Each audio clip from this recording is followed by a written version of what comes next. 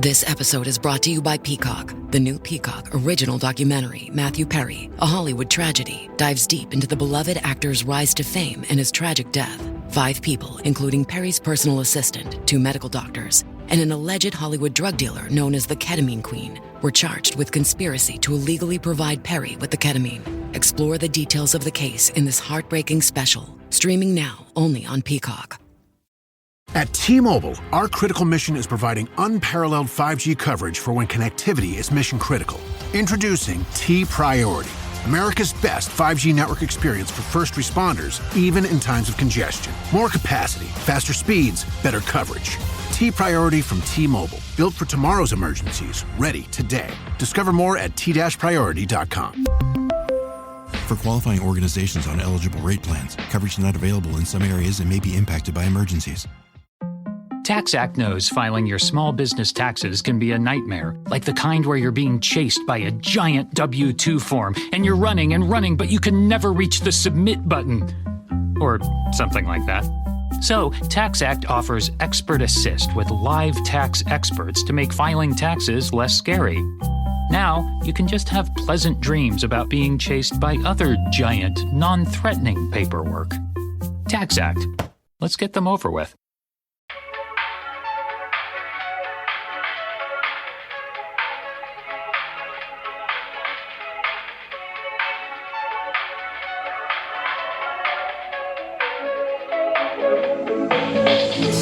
Hi, welcome to a brand new episode. Oh, that sounds very like Halloween-y. It sounded like Count Dracula meets a leprechaun.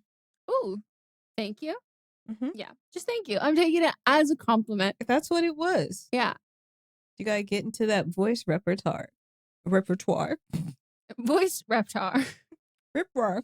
I loved have you ever wanted to eat the Reptar chocolate? They had them when you missed out because Damn, you were a little. I was watching those reruns. Little baby, so you missed out on them. They had them when the Rugrats movie came out, and they were the Rip Roar bars. They were basically like Nestle Crunch. I think it was made by Nestle too, with the green stuff in it. Yeah. Do you feel like that's kind of akin to the trending yes. Dubai chocolate? Yes. Every time I see one of those Dubai chocolate, I'm like, this is just a Reptar bar. Yeah.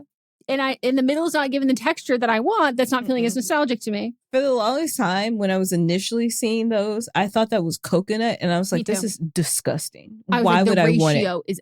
I don't even like coconut, but like I know like that's coconut, too but much. it's too much. As a coconut lover, like a Mounds bar, is too much. Yeah. Or was it Mounds. Mounds is the one that doesn't have the almond in it. When I would see that people were like doing their like the DIY of making their own. Then when I saw what it's based off of and like people doing it in a cup, I go, I'm so sorry, everyone at home. You have the wrong texture. That shit is way too wet. It's got to be crunchy. Yeah. Right now it's chewy. Yeah. Yep. And dense. And people now doing like the cups with the strawberries. I'm like, I need the real one. I want a Reptar bar. Me too. Maybe that'll be what I make next. Rip Roar. Remember, that's how they said it in the baby version, because when their parents were hearing it, they were hearing Rip Roar. But then when we went into their special thing, they were saying Reptar. Oh. And you know how I was a weird kid? My favorite part of Rugrats so much is Cynthia and No, you Emika. said that you like, Emika is what you said. And I was like, those aren't even real characters. No, people are like, Emika's so niche. And I go, I literally named my Barbie after her. And I was like, this is my style icon. Addicted to her. Welcome to But Am I Wrong? Where we two people who have never been wrong are going to talk shit. We have a multitude of segments. We will explain each one of them before the respective segment. But what you need to know is we don't just value our own opinions. We do value our own opinions. We highly value our own opinions. That's why we have a podcast and why we have podcasts that come out 4 days a week. We also want to hear from you. So we will tell you how you can like get involved in different segments. But overarchingly, we want you to vote on who you think was wrong in each segment. And we do that by posting stories over on our Instagram. And we also put them in a highlight. And then you can vote. There's polls in there and say who you think was wrong. And then also write in with why you thought that or like why you voted the way you did. And then we read all of the results, including everything that you say, unless you say, please don't read this out loud. We respect your privacy like that. And we're not going to say so-and-so said this unless you want us to. And that is on our See You Next Tuesday episode. So make sure you're following the Instagram account so you can stay up to date with it. I'm excited. So I have just a rant, and you guys should be so glad that I'm coming to you a couple days on the cool down of this, because I was a cartoon of smoke coming out of my ears. I have now kind of gotten to like the depressed, resigned stage of it, but it's still really fucking annoying. And I would just like to take a moment to rant about insurance.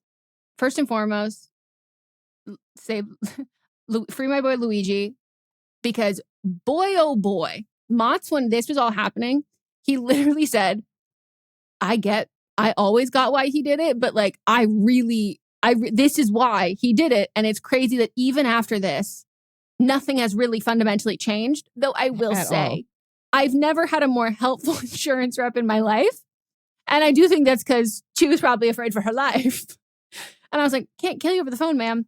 But yeah, so Mats and I, people were asking like how, I've just talked about how I am now on his insurance.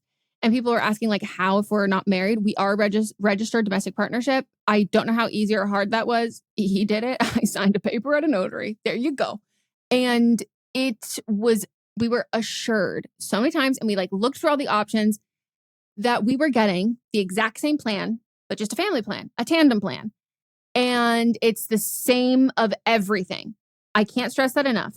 I remember when you told me after like, had to read 150 pages of all of this shit. And then you literally talked to the insurance person. They assured you that it was the same, because we specifically said, I already have like a care team established. I want to make sure that I can still go to them, and it's not going to, because like sometimes when if it doesn't overlap, right, like I want to make sure that like I can still go to my cardiologist if I need, and I need to get a refill of my beta blocker if that exact prescription runs out on refills. Like I need to be able to do that stuff. And we were assured, and I've been going to appointments. Like I had dual coverage for a bit. There was like a overlap to just make sure everything worked and everything was fine. And I had gone to an eye doctor, and like that was great and it was perfect. That was fine. I had gone to, the dentist is not through that exact one or whatever, but I was going to like, my PCP and like doing everything. And when I fully switched over and my last insurance lapsed and ended, which was beginning of January or beginning of December, something, but a long goddamn fucking while. I had made sure I inputted my new insurance on the platforms, online, on everything. And they'll call you before, like 24 hours before your appointment for a reminder. And they ask if your insurance has changed or everything's updated. And I always was like, I did put new insurance in. Can you read the number back to me? I just want to confirm that that's the one you have. Yes. And then I think my biggest downfall was the phrasing I used. And I was like, so is that all good? And they said, yep, that is all good. So then when I would go to my doctor's appointments and I would check in, I would also, with the receptionist, say, hey, I have a recently new insurance. I did add it. One of them one of them is not active. You can't even bill it, but I just want to make sure you have that one and it's all good. I put it in last week and I talked to someone yesterday and they said it was all good. Can you just triple check? Go in the system, they triple check and they go, yeah, all good. What I didn't know was that all good was only all good if I was all good paying out of pocket because they were now out of network, and nobody felt the need to tell me. So I had an ENT appointment. Today's Thursday, as we're recording this. I had an ENT appointment on Monday, and I was like, oh, I should like make sure I like pay my bill. And I had gotten a bill through my like the medical app. So I had it through like the hospital Cedars app, and it was a much higher bill than it was $300 something. And I was like, that can't be right. But I was just kind of being like, oh, maybe that's what they're sending me. And my insurance hasn't fully processed it yet. So I'll wait. You don't have to pay it immediately right away. I assumed it was just going to go down. It needed to be fixed. And then I was like, or maybe it's like my deductible. It's kind of like I have to pay the most at the beginning of the year for my meds. And then they get cheaper and cheaper, but you have to reach that deductible. So maybe it's that. And there is a deductible that we have that's like a $300 something. And so I was like, maybe I'll ask Mott's about it. And so I had asked him about it on Friday and he was like, no, I think that's just like an error. Like that to me just looks like a straight up error. Have you looked on the insurance website? And I was like, oh, good call. Look on the insurance website. Again, this is Friday.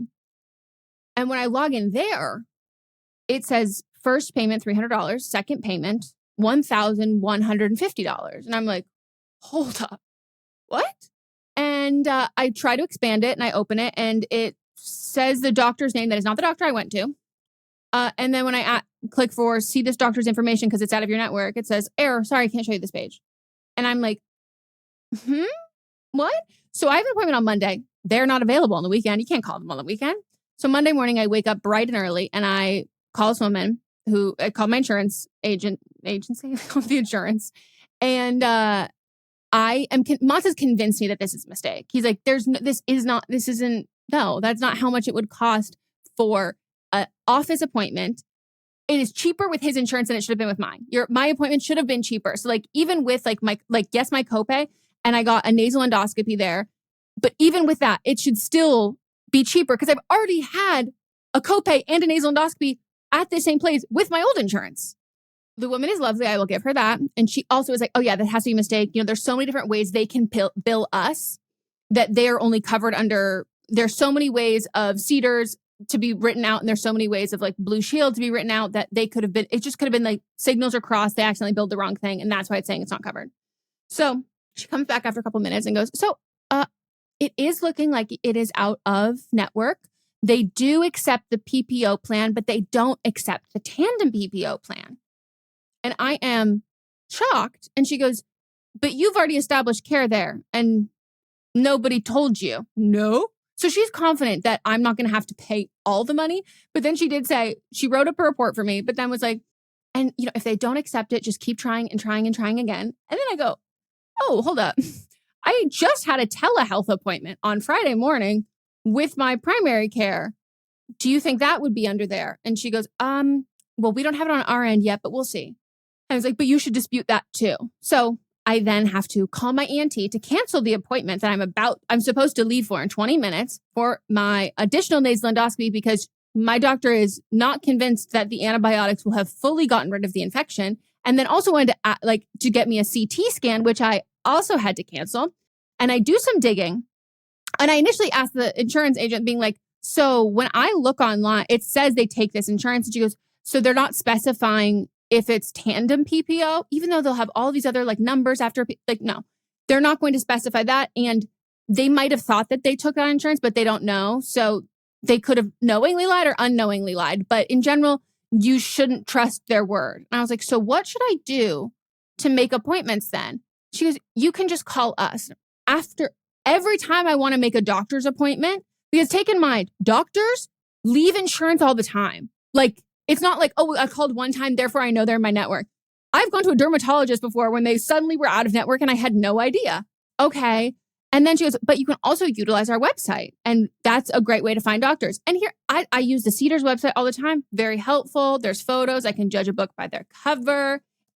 Hate me all you want. It's been very helpful so far. And I was like, okay.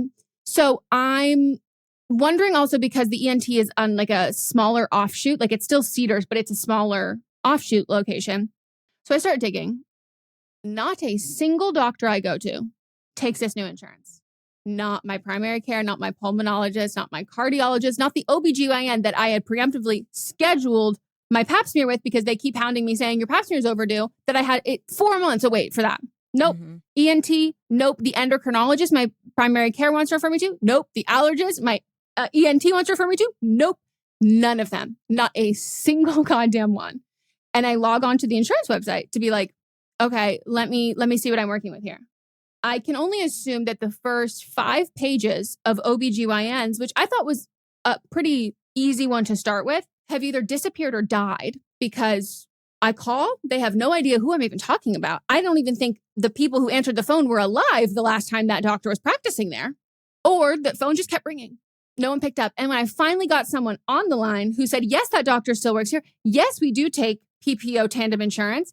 And they said, when do we want to schedule your appointment? I was like, wonderful, let's schedule it. They asked me my due date. And I say, oh, I'm actually not pregnant. Oh, so sorry. We only see patients that are pregnant. Whoa. Huh? What the fuck? The website is so poorly built. There are sometimes, there are pages where it's supposed to be showing me 50 results. I just see one, next page, one. None of it's updated. None of the phone numbers are updated. They're going to the wrong places. And it is like maddening because at this point, I will say that right now I am at the closest brink I've been to a medical breakthrough on why I've been feeling the way I've been feeling.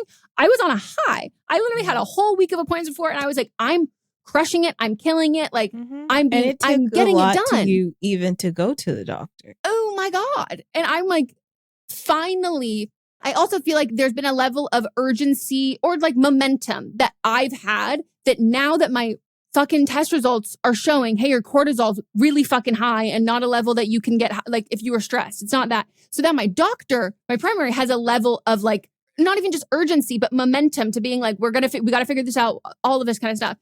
And thank God, the only good thing from this is that my labs were covered because holy shit, would I be in debt? Like if those were not covered. But at this point, Mas and I had to have a conversation of being like, okay, so he was like, I don't like that you're going to have to like start from scratch. He was like, what if we just get you another insurance for just like, we dual cover you? I'm like, no, there's like, we're saving so much money this way.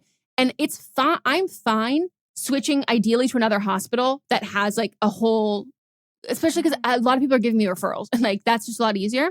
But I now have to knowingly pay out of pocket for my next primary care visit, which will be the results of my 24-hour urine test. And then from there, my primary care will want to give me a referral to an endocrinologist. And I will have to go, do you know any in the network that you don't work with? Because that's it. And then I have to be like, okay, bye, sir, and start all over.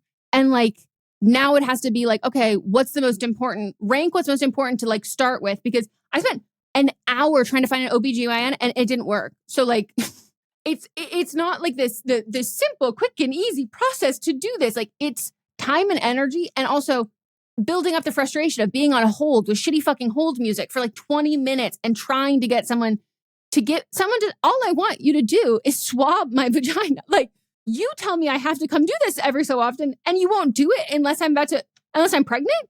It's just backwards, especially for it's horrible everywhere. Obviously insurance fucking sucks, but all I'm saying is like insurance is so bad for it to be like this in a city that has some of the best hospitals in the country. We have so many hospitals. Yeah. I'm so sorry. Like this fucking sucks. I don't understand why we can't just go to a doctor and insurance just cover it, period. I don't understand that. I'm not even asking for that at this point. I'm asking for this. No doctor will list that they take tandem PPO. They don't even know what that means because it's supposed to be the exact same thing. It's supposed to be in the someone was like, look on ZocDoc. I go, I can't. ZocDoc doesn't filter for that. Like, It's just this level of like, if I have to get out my like benefits handbook and find a serial number on the bottom that's like a cheat code to enter X, Y, and Z, and then the only people who can tell me if they take my insurance is my insurance who doesn't want to cover me, I'm supposed to believe them. Huh? Like, it's so fucked and it's so fucking backwards. And I think in general, I'm not like a Kaiser fan. If anyone is familiar with Kaiser, I'm like really not. But like, I think in general, when you make every specialist so individual and no one talks to each other, no one communicates, and there is no like hub and portal for people to get like health needs that are more specific like that, I just think that people just don't go to the doctor then. Like they just, it makes it too hard. And like one of the things you can search for on the insurance website is like search for an ailment. And so I was like, for OBGYN, I like stopped doing OBGYN and started putting gynecologist because I was like, okay. It went from 4,000 results to like 10 results. And I was like, are you kidding me? What? Because it's of the ones that aren't just doing maternal care. And then most of them are doing gynecological oncology. And I go, so I don't have cancer.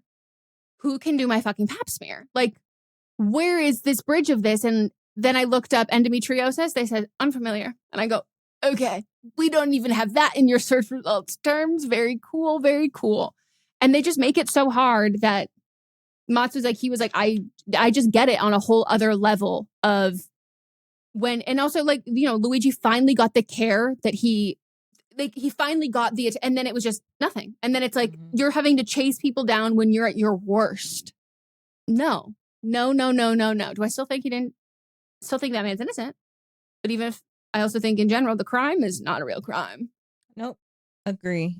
Yeah. And people are being like, you should just do one of those concierge healthcare services.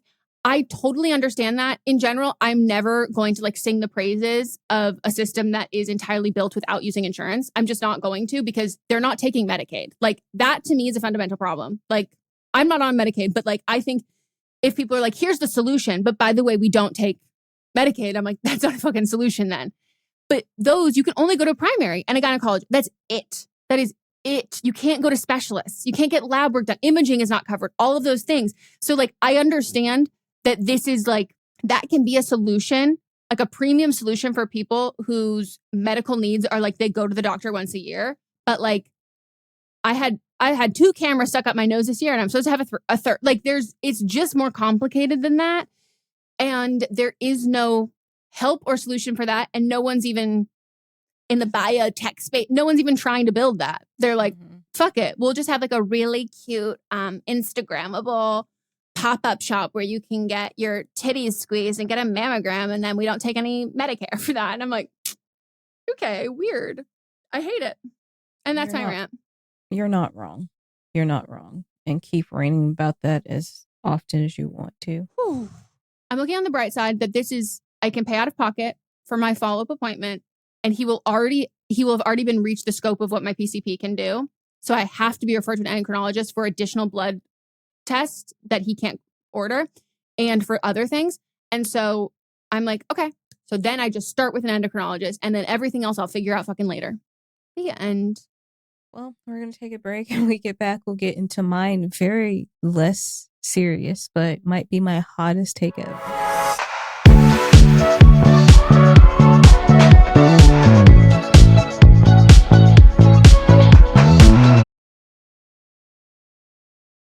We are so excited to have a brand new sponsor, and I'm feeling very cool because Jesse and Lily are sponsored by OneSkin, and now we are.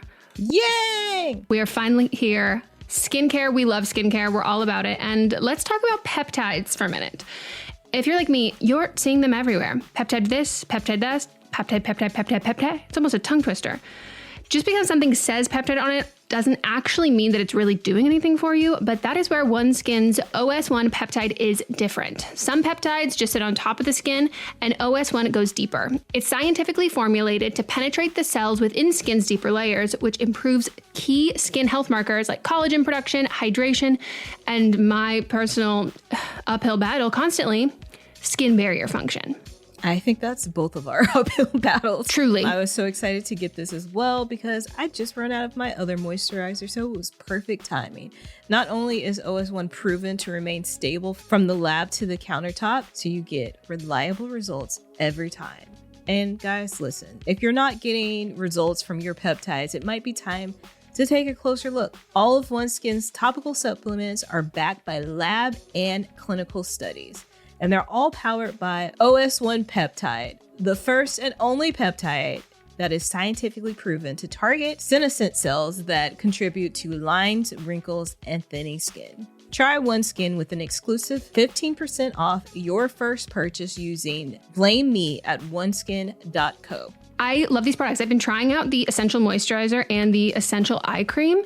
And for me, eye cream is one of those things that like, I love a little luxury eye cream. I love to like feel that, but specifically the older that I get, and also sometimes if my sleep is not that great, I really notice the lines under the eyes, and I always want my makeup to apply better. And what I love about this is it looks so nice if I put it on, no makeup on, but I also can apply makeup on it. It's not just for like that really rich overnight kind of a thing. It's really a daily thing that you can use, and it just looks and feels really good. And the moisturizer. Oh, can I talk about that? Because sometimes my skin is very dry and scaly. Sometimes my skin is very oily. Sometimes my skin, I'm like, what even is this? But this face moisturizer is perfect. It goes on very smooth. It's not too thick, but you can feel the moisture in it. And then afterwards, after it's like really soaked in, you can just feel just how supple your skin is. That's the perfect word, supple. And just like us, OneSkin loves science. So glad to hear. We love science in this house. We do love science. And OneSkin's entire R&D process is run in-house, strictly adhering to the rigor of scientific process from start to finish. Every claim is based on lab or clinical studies, and it's documented. Founded and led by an all-woman team of skin and longevity scientists, OneSkin is redefining the aging process with their proprietary OS1 peptide, the first ingredient proven to help skin look, feel, and behave like its younger self. Get 15% off with code BLAMEME at oneskin.co. That's 15% off oneskin.co with code BLAMEME. After your purchase, they'll ask where you heard about them. Please support our show and tell them that we sent you. Invest in the health and longevity of your skin with OneSkin. Your future self will thank you. There are many ways to entice a potential new customer with flashy branding and calculated marketing strategies. But at the end of the day, the success of a business comes down to the ability to close the sale. And for businesses like Thrive Cosmetics, Allbirds, or Skims, it's what goes on behind the scenes, making selling, and for shoppers, buying, simple that makes the difference. For them and for millions of businesses, that difference is made with Shopify. Businesses that want to grow, grow with Shopify. Because if your goal is growth, your commerce platform better be ready to sell wherever your customers are scrolling or strolling. And Shopify will make sure you're ready. On the web, in your store, in their feed, and everywhere in between. Nobody does selling better than Shopify. And with Shop Pay, they boost conversions up to 50%, meaning way less carts going abandoned and way more sales going. It's no wonder Shopify is home of the #1 checkout on the planet. Upgrade your business and get the same checkout Allbirds uses. Sign up for your $1 per month trial period at shopify.com/realm, all lowercase. Go to shopify.com/realm to upgrade your selling today. That's shopify.com/realm.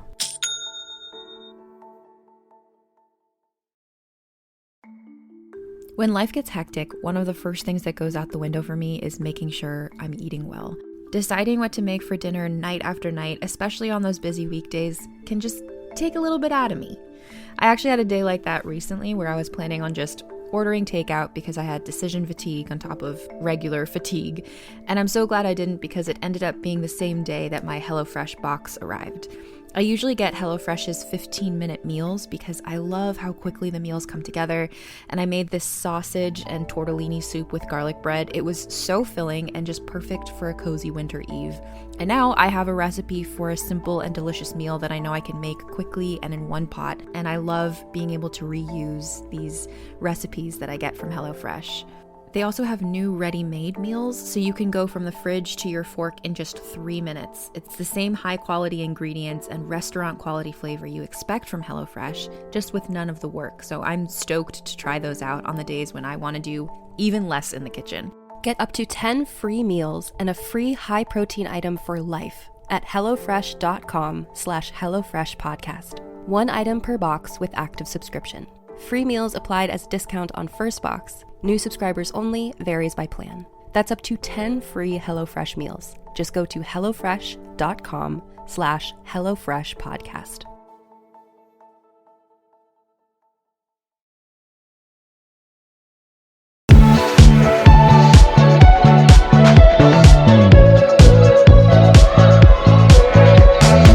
We're back. And it's time for your hottest take yet. My hottest take yet. I'm a little trepidatious about this one. A little scared. I'm shaking in my boots over here. And my take is that not everyone needs to hop on a duet together. Me trying to rack my brain of who you're talking about. So, Sabrina Carpenter and Dolly Parton released a remix to Please, Please, Please. I was thinking you meant Selena Gomez and Benny Blanco. That's the song I immediately thought of. By the way, I actually don't mind that song. That guy is fucking weird. I don't even know what. But he writes hits. Yeah, he makes hits. I don't even know what song you're talking about. Those two, not on my radar at all. And I said 2 people that we love. Oh, you're right. You did say that. And I ignored that part.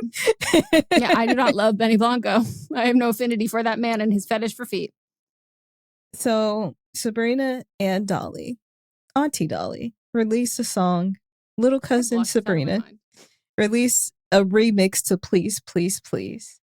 And on this song, they made it a countrified version of it, which I'd say it easily lends itself to that after we've seen Tiny Desk. But the way that their voices are blending together on this song makes it worse. And a remix should make a song better. They also changed the line, "Don't embarrass me, motherfucker," to "Don't embarrass me like the others," which That's takes the away clean version. Why are they? And the actual clean version doesn't even say that. I forgot what it says, but it's not even that. I think it is. But I don't know why. Dolly's a fully grown woman. But she doesn't use bad words like that, though. Okay. I feel like she could have been on songs that use bad words, but she just didn't sing it. But they're singing it together in harmony, and their voices don't really harmonize well together. And I don't know why they picked this song. This is the wrong song to do. You know what they should have done? Yeah, Slim Pickens. And that would have lent itself better. One, it hasn't been released as a single, so then it could have been a new thing. Two, it lends itself more to both of their voices, and it would have been a better song and a better, I wouldn't say better, like I think it would have been as equally as good as what Slim Pickens is right now. It's one of my favorite songs on the album, but it wouldn't have made for a worse song. Well, I also think Please, Please, Please is one of the poppier songs on the album. I think it's like low-key the worst choice to make, but it's just the most popular song besides Espresso. And they could have made Slim Pickens that. Yeah. And it would have been great. I don't know whose idea this was. Unless it was Dolly's idea herself, then fire that person. This is a label idea to me. I don't understand. And I'm like, And it has charted on the country's charts, but it sounds bad. It's just not good. No, it's kind of the opposite of what Ariana and Cynthia's voices did in Wicked. And I also think, like, specifically of how Ariana sings in Wicked, both of their vocals are very clean. And Sabrina and Dolly both have very clear, recognizable tones to their voice. Yep. And that's hard to blend because you both have very similar tones. You know what I mean? Like, there's a way you sing in a group versus how you sing solo, and some voices blend and lend well to that, and others they don't. And this was not it. This wasn't it. I think it was a mistake. The video, they look like they're having fun. I thought that too. That I was like, you know what? It's cute. Sabrina does have a way of just getting random people together. Like, she's a good time, I think. She is. Like, she is everywhere, and it seems like everyone likes her. I like her, and it's hard for me to get these new people for me to be on their sides. Not because they're not good. It's just that they're not bringing anything extra to me. And I'm like, you're fine, but okay. Seen it before. Yeah. But Sabrina's different. There's something different about her. She's been working at it for so long that I think she's really honed in on what she brings to the table. To get Christina Aguilera to like you. I saw multiple teeth in that smile. Like, she smiled. Not her lips were not a toothy. I haven't seen Christina Aguilera with a toothy smile on purpose, maybe ever. Yeah. I Mickey Mouse Club, maybe. Yeah. That was a direction. Yeah. So it was not a natural giggle. So, like, great. I love both of them. I love Sabrina. I love Auntie Dolly, but that ain't it. And I'm sorry. It's so bad. It's really, really bad. This is definitely not your hottest take. I think a lot of people feel this way. But are they brave enough to say it? No. Exactly. That's the part. No, very much so. Of course not. I will say, though, I think in general, when you have had such a meteoric rise to fame in the public eye, because her and Chapel have been working at it for so fucking long that, like, at least Chapel's like finally able to like have health insurance. Like, they're like finally able to do, like, it's not like, oh, I've made it. It's like, oh, I can pay debt to then start to save money. It's like that level. And they've both been working for so long. I do think, though, when your rise in the public eye, it's a whole other level of speed with this, with like TikTok and everything, that, like, even though they've been working at it for so long, it shoots. Once it starts, you hit this certain point, you shoot up so fast. I think that like having a slight misstep or like a slight stumble on that might not feel good in the moment. I think in like 3 weeks to max a month later, it's good. It has you slow down. It has your team pause and not make you say yes to everything and to have you have this like scarcity. I have to do this kind of thing, instead of being like, let's think through these moves a little bit. And I think it's better for everybody's mental health. Like Chapel talked about how people like really like after like the red carpet thing, people were just like really not liking her. And like when she pulled out of that festival and she was just like, she's like, mentally I was not doing well, but like if I hadn't taken that month-long break, I would have needed multiple years for a break. And like I needed that space for that. So maybe this means her publicist will be like, we're going to cancel some appearances. And then she can get on an oceanfront villa for a week and like relax and chill. I don't know, because it's charting on the country charts though. And now it's gotten Sabrina on the, it may not mean, it doesn't mean anything to us, but to a record label to get her songs played on the country stations, that is huge. Yeah. So I don't think it's going to come from there. Someone let this girl get a oceanfront villa on Bora Bora. That's how she wrote this albums. Like she disappeared and went on a beach, and her friend, that's how we got Bed Kim too, because her and her friend had Bed Kim, as in they like to go to sleep at the same time. So like we just need to have organic moments, and this just felt very inorganic. Or put her on Slim Pickens. I just don't understand why that wasn't the move. No, I also, with Love, it sounded very rushed. It did. Like it doesn't even sound like it's mixed fully very well mastered yet. Yeah, it was just Slim Pickens was right there. It's right there. It's literally right there, and has not been released. Time limit. Like, no, you don't have.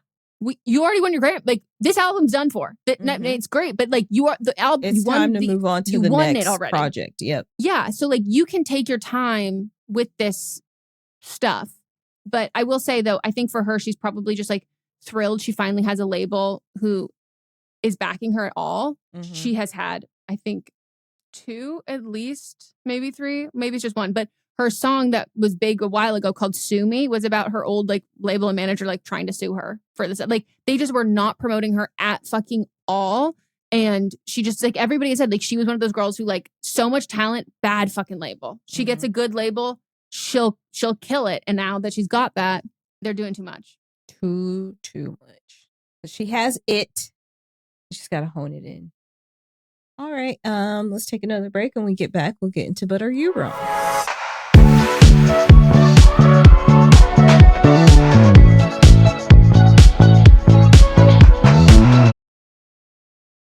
Watch the world's biggest tennis stars clash in the California desert at the BNP Paribas Open, live on Tennis Channel. How do they get to these shots?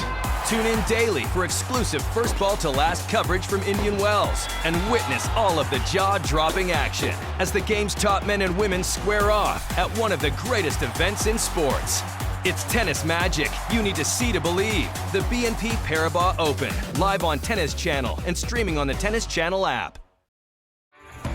Este episodio es presentado por Honda. Descubra la nueva Honda Passport Trail Sport Todoterreno. La Passport más todoterreno que Honda haya imaginado jamás. Esta Passport cuenta con mayor altura al suelo, barras de techo en todas sus versiones y neumáticas especialmente diseñados para cualquier terreno. Además, disfruta todos tus viajes con el control de clima de 3 zonas, techo panorámico y opciones como asientos delanteros con calefacción y ventilación. Conoce más en honda.com/passport.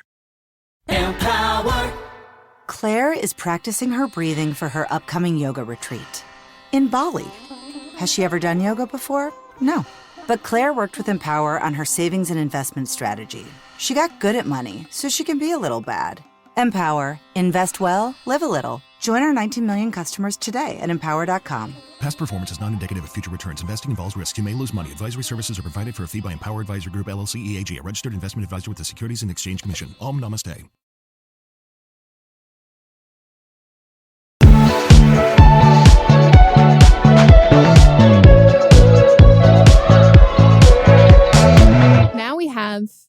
But are you wrong? Where you write in with circumstance you found yourself in that you want to know if you are in the wrong about. It can range from anything. Would you be wrong for doing this thing? Were you wrong for doing the thing that you already did? I guess that's the only two tenses, is past and present. Hypothetical. In a world. Like, where are we going with this? I was trying to think of the other tenses and I go, oh, past and present, bitch. That's it. Future. It could be a future decision. Oh, will I be wrong if I do this? Mm-hmm. Good call. So you can send that to butamiwrongpod@gmail.com. Keep it under 300 words. It is all anonymous, but please include your age. And because it's anonymous, please use fake names. And if you're trying to get us to infer don't use a group of names that are like widely recognizable, like the cast of Friends, unless you want us to infer similar things to that. So, or then tell us it has nothing to do with that. Yep. Here we go. Hi, M&M. First, I want to mention a trigger warning for suicide. I briefly mentioned it, and it's mostly a quote by Katerina Petrovna Zomolashkova, which some of you know her as Katya, but your dad calls me Katya. So I hate my job, like really hate my job. I'm applying at multiple places, and so far, nothing back. As much as I would love to just quit and use my 401k to pay bills, and even though I have a lot, I'd rather not use it as I'll be paying more taxes the following year, I think. I don't really know how taxes work, but I don't want to pay more. I want money for tax season. Anyways, so I hate my job and I've been a real cunt lately because I hate it, but I honestly don't care. This job has made me depressed, but maybe I should because my manager, let's call him Dave, pulled me aside and in my mind, I thought he was going to fire me. Here's how it went down. Dave, hey, Katya, can I talk to you for a second? Me, sure. However, if this is about me getting fired, I'm going to kill myself. Dave stares at me in concern. Okay, well, me. I'm getting fired, am I? No. Well, we do have therapy here at our workplace. Me. That I did not know. Sidebar, I really didn't. So after that, he dismissed me and I went back to work. But now I'm seeing a therapist because of it. I know I hate my job and it's been making me depressed, but hey, free therapy. I feel bad, but I also don't care. Am I wrong for scaring my manager to prevent myself from being fired? P.S. I'm sensitive, but be brutal. I will bet you so much money that your boss was not going to fire you in that moment. Why didn't you ask them what they actually wanted? Like, what if they were just like, hey, could you cover so-and-so's shift? And then they go, we can't, not so much. Like, we can't do it. Like, we can't do that. They're a little too. They're on the brink. Yeah. I can't put any more on their plate. Like, I would bet so much money that they were not firing you in that moment. Yeah. Because that's also a weird way to fire somebody. That's not what was going to happen. Can we take this line by line? I hate my job. A lot of people hate their job. Like, I really hate my job. Understandably. Mm-hmm. I've applying to multiple places. So far, nothing back. My friend got laid off from her job over a year ago. Mm-hmm. And it was like a lot of, she worked in corporate for a big company. And then they just like one Friday was like, bye. We no longer exist. The end. We're done. Yeah. Not just for you. For everyone. Everybody. For everyone. Yep. And she has been steadily applying for jobs for over a year, going on interviews. Usually they're just hiring people that are already working there and they have to do this for legal purposes where they multiple interviews at the same companies. Yes. And so like, and it was all just like a game to keep one, HR active, and two, because they were never planning on hiring her anyway. Mm-hmm.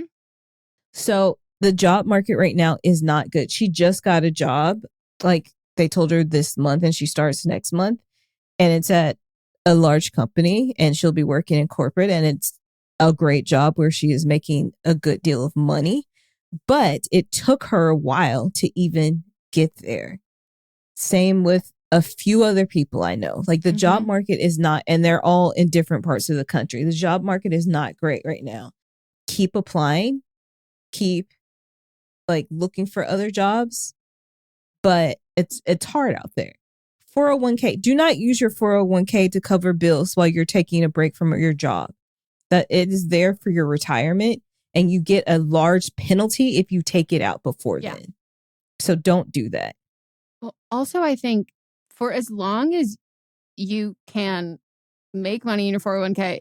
You saying this, I have a feeling that they're going to let you work on easy mode. Mm-hmm. So like, if there are parts of your job that make your job worse, that you hate so much, even like little things, like I hate being stuck in traffic in the morning. Ask if you can shift your schedule. Like ask if you can push to before, like, or whatever, or ask if you can, whatever, like different little things like that, or give yourself a reward system of something that you can only do on your commute that you like love, like listening to an album or something, but along the lines of like, what can you do to make it slightly less miserable? And how can you like grab those little things to make it slightly less miserable, not to stay there forever, and make a spreadsheet. I don't know how to make a spreadsheet, but make a spreadsheet and see how much money, the longer you stay until you have a new job that you're contributing to your 401k, hoping it's 401k match. And then what the penalty would be if you took it out, like viewing it in front of you, because quitting your job is not the solution to hating your job, because then the issue is you don't have a job. Yep. It's exchanging for a problem. That's going to make you more depressed, especially now since you found out that you have therapy there at your job, free therapy. So it can help you. The therapy is going to help you. There's probably a lot of other perks that your job has that you don't know about, and you should ask and figure out. They probably have, like, a lot of places will give you a free gym membership. Yeah, I was gonna say, yep. You can sometimes even spa, like surface, like just memberships, anything like monthly. It can be. This is a great thing that I did when I had like insurance through a company, as far as like a company I work for, not my own company, because when you have a small business, insurance is not great. No, not at all. But when I was working for a big company, my insurance would cover like chiropractors, and I wasn't going for the chiropractor. They had massage therapists there. So I would go get massages, and the copay might have been like $5. Mm-hmm. And I could go once a week too. Like, it was great. Yeah, and even with the gym stuff, like where I used to work out, sauna. I was going to say, in the sauna with 90% of the people that I would see there worked in the corporate building above them, and they had that membership, and they would literally just be in the sauna, and sometimes they had pool, like people dip in a pool, like that's so nice, so fucking nice. And even like it can be sometimes like even simple things. Sometimes like they have deals with restaurants for like lunch specials for things, like it can be cheaper that way, or just what, like there's so many little things that there are those small benefits for. And the therapist is probably a very good person to ask about that too. Yep. Or even HR. HR is the main person that you should be asking. That's their job. The therapist will also give you tips on how to make this job so it's not as depressing. And maybe it's also like, it might be this certain department that you're currently working in, and there's something you're qualified in a different part of the department. See if you can switch where you're currently working. Also, I think a great hack in general is to, when you hate your job, have a fake epiphany that you're actually just not feeling challenged enough, and then get yourself a promotion while you still look for another job, and then quit. Like, and then it makes you look better too for the next job. Like, give even yourself if it's something to do. A better title. Like if getting through the day, if it's a fucking slog to get through the day needs to change, and like something needs to restructure in that, and it might be working in a different department. It might be doing whatever. If it's you hate a fucking coworker, or you hate whatever, like, or just like anything. It sucks being on your feet so long, or you want to be on your feet more and you're sitting for too long. There are other things like that where I think if immediately your manager is like, we have free therapy, I think you sound valued in that instance, and make it work for you until you have something else lined up and set up. But looking for a job when you don't have a job is like looking for a relationship when your lease is up. It's it skews your standards, and you don't feel as confident, and and it's like I said, it's a tough fucking time, and I know lots of people who went through that too, and like it's brutal, but they drag it on for so long on purpose. And sometimes you get the job, at the end. And then sometimes they had no intention of hiring you. Mm-hmm. So I've been interviewing for a job for months. Like, I'm still in the running. They literally called me last week for another interview. It's a writing job. Mm-hmm. Mott's job that he's at now, I think he had talked to them for, I don't know. It felt like 3 months. It felt like a bajillion. And I was like, oh my God. And like, it was just so long. And it has no reflection of your skill level or anything like that. It's literally about when they're ready for it and like when they're making the moves. But a lot of the time, a lot of people are trying to make themselves look busy so they don't get fired. Yeah. And then that ends up leading a lot of other people on and pretending that they're hiring for things that they're never hiring for. Mm-hmm. I understand that well because they do the same thing in casting. They hold all these auditions. But they already knew who they were going to hire. They already had an offer letter out. Yeah. And they're just waiting on the contract to be negotiated as I'm scrambling to memorize 6 pages of lines. Very cool. Very cool. But this is the time to figure out what capitalism can do for you. Yeah. I've heard stories about crazy shit that jobs will do for people. So like, tell them you're stressed about rent and then maybe they'll pay your rent.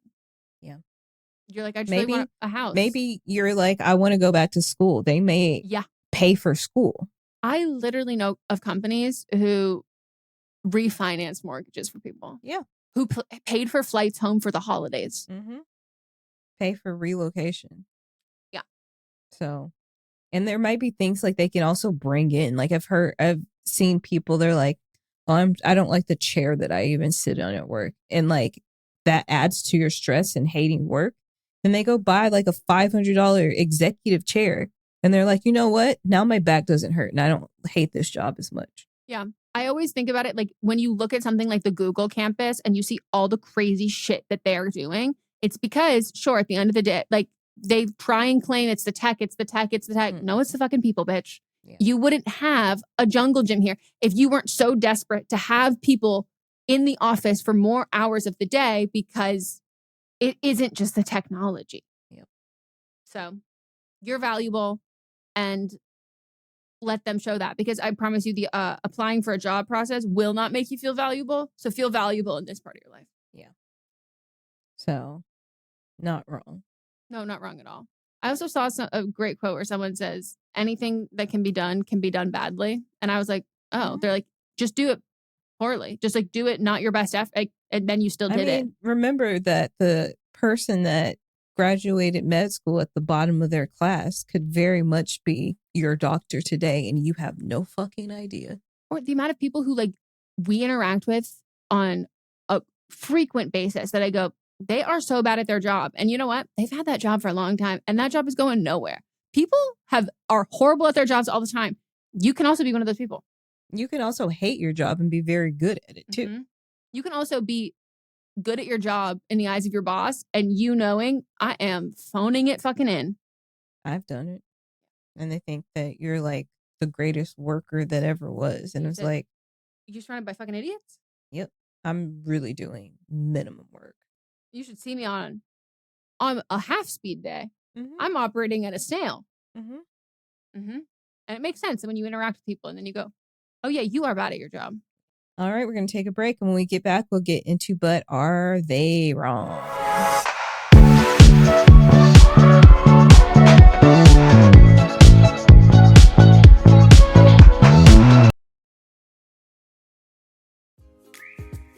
Children's Dimetapp knows the sick day struggle is real. But it doesn't have to be. When sickness strikes, Children's Dimetapp works safely and quickly to relieve cough and other cold symptoms. And your kiddos won't run from its yuck-free sweet grape flavor. Trusted by parents for over 50 years. Children's Dimetapp, your stress-less sick day solution. Use as directed. At Rocket, we believe everyone deserves their shot at the American dream. So if you're feeling locked out of home ownership, we're here to give you back the keys. We're opening doors, breaking down walls, and doing everything we can to turn renters into owners. and we're not going to stop until we help everyone home. To find out more, visit rocket.com. Rocket, own the dream. Halliday presents, in the red corner, the undisputed, undefeated Weed Whacker Guy. Champion of hurling grass and pollen everywhere. And in the blue corner, the challenger, extra strength, Halliday. Eye drops that work all day to prevent the release of histamines that cause itchy allergy eyes. And the winner, by knockout, is Halliday. Halliday, bring it on.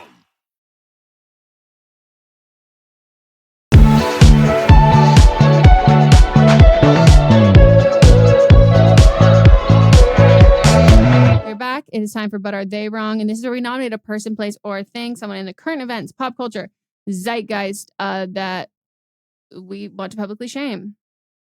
Kelli Tedford, 23, who is charged with a crime that, in the title alone, I kind of love. Criminal mischief. Sounds cute, sounds quirky, a little cheeky, got up to no good. And she is a Keene, New Hampshire resident. She was arrested after police say that you're going to hate this. After police say that she recorded herself urinating on food and other items at a New Hampshire business and then posted the videos about it on her social media. They received an anonymous tip, which, by the way, normalize not being the anonymous tip when someone is pissing on items you're buying in a store. You can use my full first, middle, and last name. I want you to know it was me. I'd come for it later after the person has been locked up because you never know how people are going to react. Yeah. Tell Cersei it was me. I want her to know it was me. That's how I feel about that. Tell us how I felt about Soul. What's his name? Whatever. DJ Soul Child. Yeah. When he goes, it was me. I read on your close friends. Tell Cersei it was me. So the investigation was launched and then resulted in the Mondeck Food Co-op and Health Department issuing a recall on several items. I would like to say it seems to be that not only did she urinate, I think they're bearing the lead here. I think this is a grocery store. I don't think she pissed on boxed goods. I don't think she pissed on tampons and maybe like a fruit roll-up in a CVS. She went to a place that literally has Food Co-op in the name. I'm thinking produce. I'm not thinking prepackaged. So according to police, in a video posted online, she recorded herself contaminating the items with her urine. I'm in a big urine mood. You are. I know. Pissy. It's topical to my life. It is. They say that the health department says there's no additional risks, but they also then found several videos of her where similar incidents occurred in surrounding community as early as 2021. And I do have to say, as civilians, there's no way that she is posting these pissing on apples, pissing on food videos on social media and having nobody watch them. She's obviously having people watch them. As civilians, it is our duty. If you bitches can call CPS on anybody and everybody, you need to call the health department on this shit. You cannot be a conscious viewer of this without doing, if you see something, say something. And again, I would also like to know, similar to the farting video, how did we film this and how did this stay up on social media? Do you take your pants off? Like, what?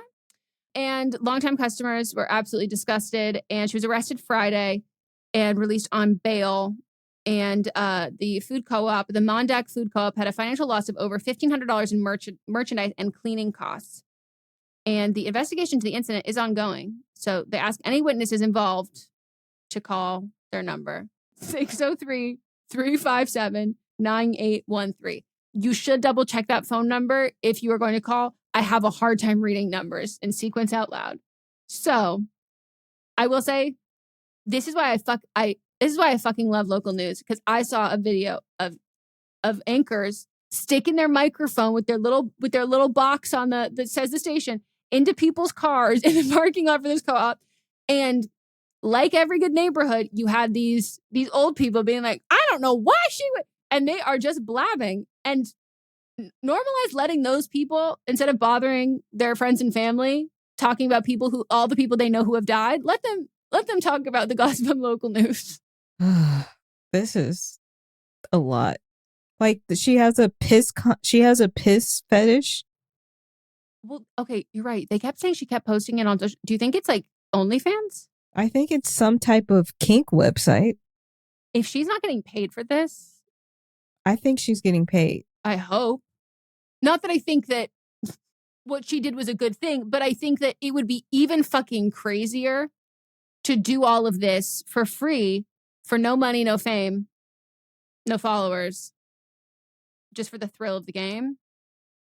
And again, that OnlyFans would make sense because I am trying to figure out how she is exposing herself there. And also, if I'm in Sprouts, I'll notice someone who I think is fondling the avocados a little too tightly. I will notice someone who, I think is sticking their whole face in like their lips are touching produce. Do you think that she's taking like I was going to ask you. Taking it somewhere where a lot of people aren't, because like produce is a little too active. I think it could still be in a grocery store, but in the bathroom or like in a public area, but more like a the dry goods, the bulk goods, where there's not a lot of activity over there, or it's like super early in the morning or super late at night. And because I've gone into grocery stores and I'm like the only person there. Like if I've gone super Ralph's? late at night. Yeah. So like she takes it to a corner wearing a skirt, moves those, if she's got panties on, just moving it to the side. She could simply be placing the item on the ground, standing and looking at like chips or something and pissing and set up a camera somewhere else. And then walking away like a dog leaves a little wet spot. Yep. Like, is she hiding her phone? I bet she's got one of those suction mounts and she's on her TikTok shop being like, you guys need this iPhone mount magnetic for your content creation. Exactly. Or she's got the one that has like, she's got like meta glasses and she's like just looking down at herself as she's doing it. Mark Zuckerberg would be so proud. Like, I have so many questions, but the part that's throwing me off is if anybody's familiar with this grocery store, as someone who grew up in a small town, to me, this sounds like the name of a small town grocery store. And there is quite literally not a corner I could hide in versus a Ralph's. Like some of the Ralph's have motion censored lights. So like, it's so big. And so like, you're the only one there that like you walk into an aisle and the lights turn on because it was like, it's dark and no one that I could get, but like no one saw. And then it was an anonymous tip, so someone saw it online. Yep. She's been doing this, Melissa, for 4 years. It's wild. You should be dancing on a yacht, not hissing on a persimmon. I mean, she might be getting the same results without actually having to flirt with a man. Oh, I was saying she looks pretty pale. I don't think she's been on a yacht. No. I mean, in the way that she's getting paid for doing this. But she doesn't have to have direct interaction with an old sweaty man. Oh my God. Wait, yeah, someone posted on TikTok and this has 29 likes on it. About that girl who pissed on the food in that store. I'm not saying this is what happened, but as a longtime online sex worker, that sounds like a custom order. I wonder if it was and what she got paid and then who put that order in. Good point. See? Well, that's it. Because people will pay for people to eat stuff online. So that's what was happening. Well, here. I'm just going to tell everybody, this is not the alternative to being sexual with your food content. There are other options. If you're going to do it, you can fake it. Like you do it, you pee, and then you like purchase the items and immediately throw it away. Or pull like a beauty guru, create like a fake little grocery store in your house. Like, come on. Or find someone who's interested in a different fetish. You don't have to say yes the first customer request fetish. You don't have to be the piss girl. She might get off on it, though. I don't think people participate in kinks like this unless it excites them too. Really? I always, in general, usually think people who are getting paid for that kink work are like detached from that specific kink. I think that you usually, for the most part, enjoy it. I guess, but at some point, once you start getting paid, everything becomes a job. And then it can ruin your favorite activity. And who ate all the pussy? Megan, I don't know if they fully get the reference, though. You know? I don't know if you were talking about it when we were recording. Oh, I was. Okay. Well, there we go. And if not, what's there to get other than pure poetry? Next. Who ate all the pussy? Okay. Now it's my turn. And mine is you choose your own adventure. I'm not stating who I think is wrong. I want everybody to vote on who they think is wrong. I'm going to talk about the complex intersection of compassion, legality, and the deep bonds we form with our animals. This story, not like that, Megan. Sorry. I know that we're talking about nasty stuff, but this isn't nervous. like that. No. Okay. This happened in Grand Rapids, Michigan, between a veterinarian and an unhoused person and a dog named Bixby or Vinny, depending on who you ask. Very different names. So Amanda Hergenruder, a veterinarian, saw a 16-year-old pit bull mix tied to a truck. She described the dog as being lethargic and distressed. Because she's such a compassionate person, she took the dog, named him Bigby, to her clinic. There she performed a life-saving procedure, treating a severe urinary tract infection and removing a rotten tooth. 4 months later, Bigby is now thriving. However, Chris Hamilton, the unhoused man, claims that Bigby is his beloved dog, Vinny. He says that he only left Vinny tied up to the truck for 45 minutes while he went to a gas station. When he came back, he was told his dog had been taken. He expressed his deep sorrow, saying, "I just want my dog back. I felt like I lost part of my body after that." Yeah. The Kent County prosecutor has charged Hergenruder, whatever that woman's name is, with larceny and a misdemeanor. They argue that regardless of circumstance, taking somebody's property without their consent is theft. A prosecutor named Chris Becker stated, "You don't have a right to just take something because you feel like something's wrong. People have a very big attachment to their dogs." Hergenruder, on the other hand, maintains that she acted out of concern for the dog's well-being. She argues that the dog was clearly in distress and that she was providing necessary medical care worth $3,000 that the dog desperately needed. Her attorney then pointed out that Hamilton never properly licensed the dog and questions if he is capable of providing adequate care. So with this, it asks questions: where does compassion end and legality begin? How do we balance the welfare of an animal with the rights of its owners, especially when the owner is facing significant challenges? And so then there's an upcoming trial on March 6th, and they will attempt to answer these questions. It will force us to consider the value of animal companionship, the responsibilities of pet owners, and the limits of well-intentioned actions. So I'm not on her side at all. I'm not on her. Well, I said I wasn't going to say. Yeah, I know. Take it back. I'm not on her side at all.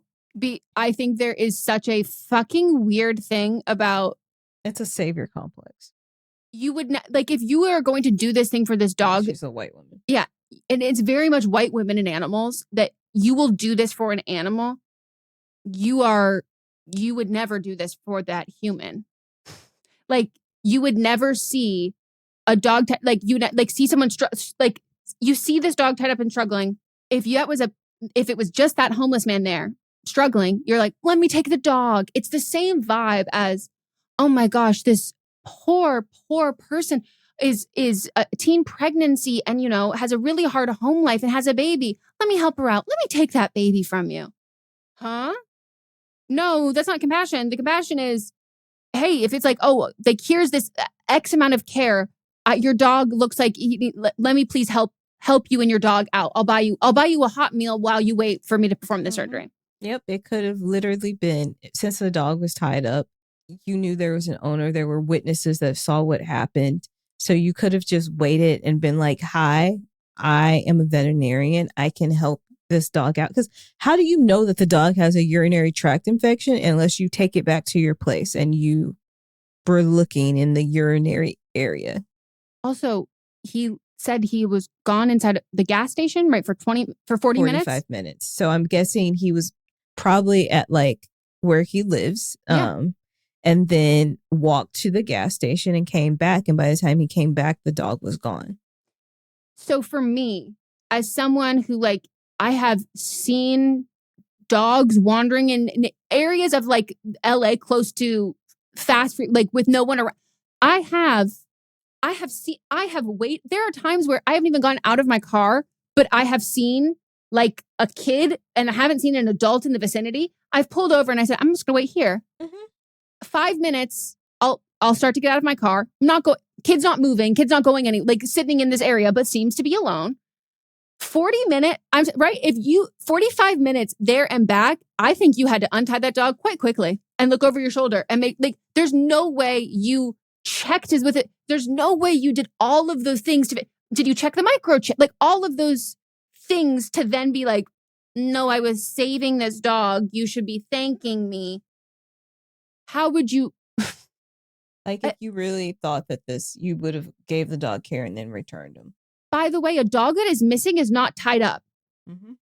Huh? That's like a bike that's locked and saying it's a free bike. No. Someone took the time and the effort to do this part. If like, this isn't like a fucking cartoon where a dog there are like weights tied to the dog and they're going to throw it. And if the dog's in a train track, tied up in front of a train track, yes, untie the fucking dog. But like, clearly someone's coming back. And like you said, it's probably like visibly, and that's probably why she felt comfortable taking it, is because she was like, someone is staying, like this is someone's residence at this point.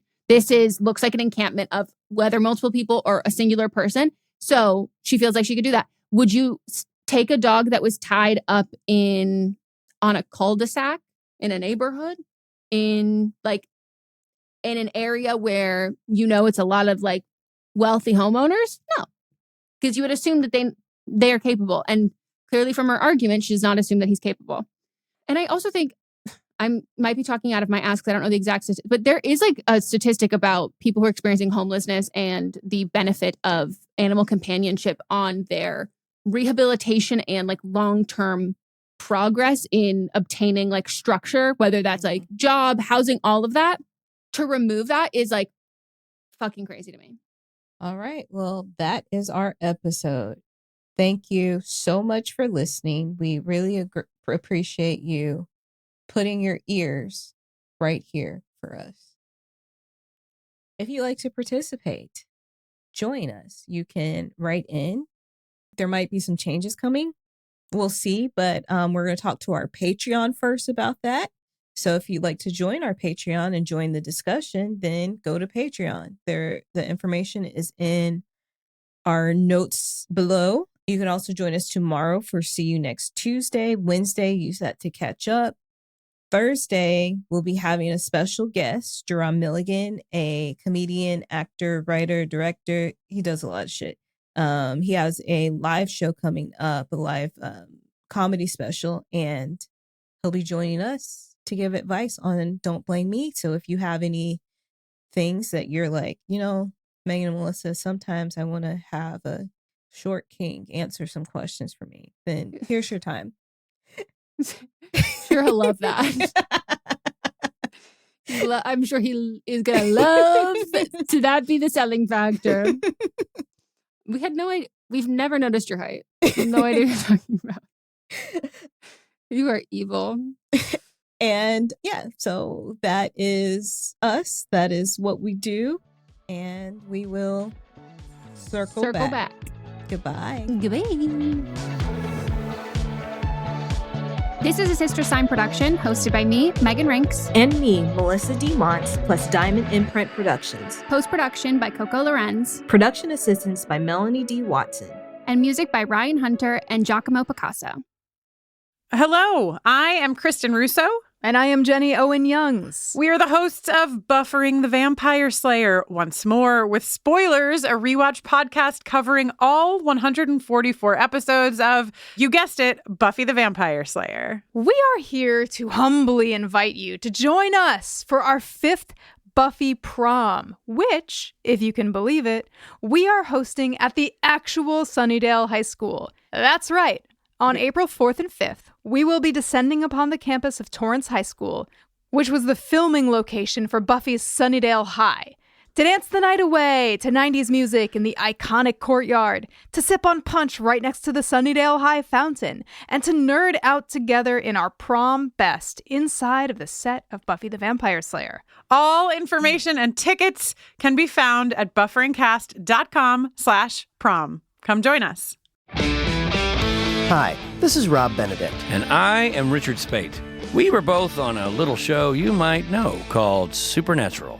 It had a pretty good run, 15 seasons, 327 episodes. And though we have seen, of course, every episode many times, we figured, hey, now that we're wrapped, let's watch it all again.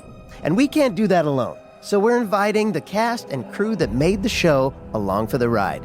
We've got writers, producers, composers, directors, and we'll of course have some actors on as well, including some certain guys that played some certain pretty iconic brothers. It was kind of a little bit of a left field choice in the best way possible. The note from Kripke was, he's great, we love him, but we're looking for like a really intelligent Duchovny type. With 15 seasons to explore, it's going to be the road trip of several lifetimes. So please join us and subscribe to Supernatural then and now. Listening to a podcast should be time well spent, and I promise it will be if you'll give this podcast a try. It's called Something You Should Know. I'm the host, Mike Carruthers, and in every episode, I talk with leading experts on topics I know you will find fascinating. From why people can't keep secrets, what your favorite music says about you, why your pet acts in strange ways, and so much more. Something You Should Know is designed to give you information you can use in your life and give you great intel that you can share with others. I'm told it's a binge-worthy podcast. And with over 1,000 episodes, there's a lot to binge on. Something You Should Know has been ranked in the top of the Apple Podcast charts consistently for a long time. I know you're going to like this. I just need to get you to try it. Something You Should Know.